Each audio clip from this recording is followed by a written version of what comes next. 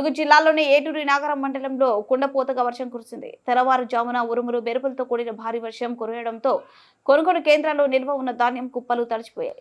శివాపురం, గోగుపల్లి గ్రామాల్లో ఏర్పాటు చేసిన ధాన్యం కొనుగోలు కేంద్రానికి పైనుంచి వరద రావడంతో నీటి మునిగిపోయాయి. పలువురు రైతులు ఆరబోసుకున్న నిల్వ చేసిన ధాన్యం కుప్పలు చుట్టూ వరద చేరింది. కొంతమంది రైతుల ధాన్యం వరదల్లో కొట్టుకుపోయింది. భారీ వర్షంతో వరద పారుతుండటంతో అన్నదాతలు ఆందోళన చెందుతున్నారు. పంట చేతికొచ్చి అమ్ముకునే సమయంలో కురిసిన అకాల వర్షంతో నష్టపోయారు. ఏం చేద్దాం ఇక